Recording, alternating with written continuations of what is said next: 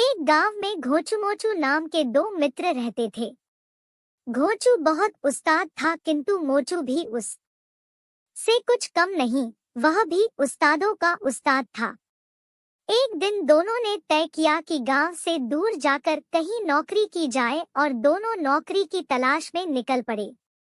दोनों ने आपस में तय कर लिया कि एक ही जगह नौकरी करेंगे, इकट्ठे रहेंगे और जो मिलेगा उसे आधा आधा बांट लेंगे। शहर में आकर दोनों बहुत दिनों तक भटकते रहे, लेकिन ऐसी नौकरी ना मिली जहां दोनों एक साथ रह सके। अंत में वे हारे थके एक बुढ़िया के पास पहुंचे और अपनी परेशानी का हाल सुनाया। बुढ़िया बोली, मेरे पास एक गाय है, उसके लिए मुझे दो नौकरों की जरूरत है। तुम लोग चाहो तो मेरे पास नौकरी कर सकते हो। यह सुनकर दोनों बहुत प्रसन्न हुए और बुढ़िया के पास नौकरी करना स्वीकार कर लिया। बुढ़िया बोली, देखो, एक आदमी दिन की नौकरी करेगा और दूसरा रात की। दिन वाला जंगल में गाय को चराने ले जाएगा और रात वाले का काम यह है कि वह गाय के गोबर को नीचे नहीं गिरने देगा, साथ ही गोबर की सफाई भी करेगा। दोनों ने बुढ़िया की बात मान ली। घोचू ने दिन का काम संभाल लिया और रात भर ड्यूटी देने के लिए मोचू तैयार हो गया। शाम होते ही मोचू गौशाला के कमरे में घुस गया। गाय बार बार गोबर करती और वह तसले में उसे थाम लेता। रात भर वह तसला लेकर गाय के पीछे पीछे घूमता रहा। नींद से उसकी आंखें मूंदने लगी, किंतु डर था, गाय जाने कब गोबर कर दे। वह सो ना सका। प्रातः होने तक वह थक कर चूर हो गया।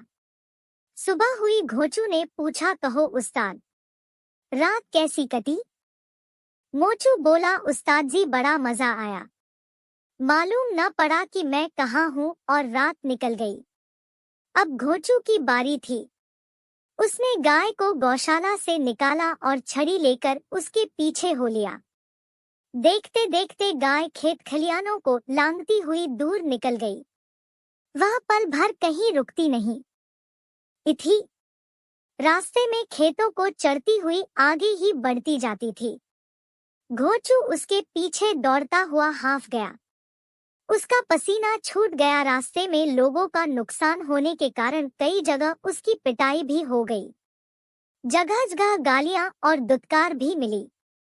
धूप में मिलो दूर निकल जाने के बाद एक नदी किनारे गाय रुक गई।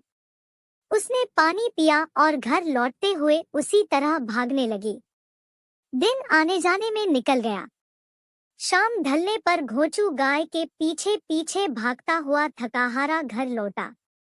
शाम को मोचू ने हाल पूछी तो उसने बताया, गाय के साथ जंगल में जो मजा मिला उसका वर्णन नहीं हो सकता। गाय क्या, सही मायने में गौमाता है। बड़ी ही सुशील, शांत और सहज स्वभाव की है। यहाँ से सीधे नदी के तट पर पहुंची। वहाँ हरे घास का मैदान है। किनारे पर एक घने पत्तों वाला बरगद का पेड़ है। गाय वही चरती रही और मैं पेड़ के नीचे तानपूरा बनकर पड़ा रहा। शाम को इसने नदी में पानी पिया और अपने साथ मुझे सीधे घर ले आई। गाय के साथ आया देखकर लोग मुझे कृष्ण कन्हैया का हकर बुलाने लगे। वाह, क्या बात है। मोचू मन ही मन तड़प उठा और बोला, उस्ताद जी, एक दिन मुझे भी मौका दो, मैं भी नदी के किनारे उस हरे भरे मैदान को देखना चाहता हूँ। गाय के साथ देखकर लोग मुझे भी कृष्ण कन्हैया कहकर बुलाने लगेंगे। सचमुच कितना मजा आएगा। घोचू चाहता ही था कि किसी तरह दिन की नौकरी से पीछा छूटे, इससे तो रात की नौकरी अच्छी। वह बोला, क्यों नहीं, तुम चाहो तो हम आपस में नौकरी बदल ले। सुबह की नौकरी तुम करो और रात वाली तुम्हारी ड्यूटी मैं कर लूंगा। दोनों में बात पक्की हो गई। अगले दिन जंगल जाते हुए घोचू बोला कि जंगल में केवल सोने का काम है, इसलिए चारपाई भी अपने साथ लेते जाओ। मोचू ने गाय को गौशाला से निकाला और चारपाई सिर पर रखकर उसके पीछे हो लिया। छूटते ही गाय दुम दबाकर भाग निकली। मोचू सिर पर खाट उठाए उसके पीछे दौड़ने लगा, सोचता रहा, गाय सीधे नदी के किनारे घास के मैदान में पहुंचेगी, वहां जाकर अपना चारा लेगी और मैं ठंडे बरगद के पेड़ के नीचे खाट बिछाकर मस्ती में पड़ा रहूंगा। कितना मजा आएगा, वह सोचता जा रहा था और गाय पवन वेग से भागती ही जा रही थी, लोगों के खेत खलिहानों को रौंदती हुई। मोचू भी उसके पीछे भाग रहा था। तब मैदान आया, लेकिन मैदान का कहीं पता नहीं मिला, ना बरगद का पेड़ ही दिखाई दिया। उबड़-खाबड़ जंगल और सूखी झाड़ियों के बीच गाय के पीछे भागते हुए मोचू बुरी तरह थक गया। दोपहर के बाद नदी के तट पर पहुंचकर गाय ने पानी पिया और उसी रफ्तार में वापस घर की तरफ भाग आई। शाम तक अपना उदास चेहरा लिए मोचू भी घर आ पहुंचा। वह क्रोध से जला जा रहा था, किंतु घोंचू मन ही मन मुस्कुरा रहा था। अगली सुबह रात की ड्यूटी देने के बाद घोंचू गौशाला से निकला तो उसकी आंखें सूजी हुई थी, बदन थककर चूर हो गया था।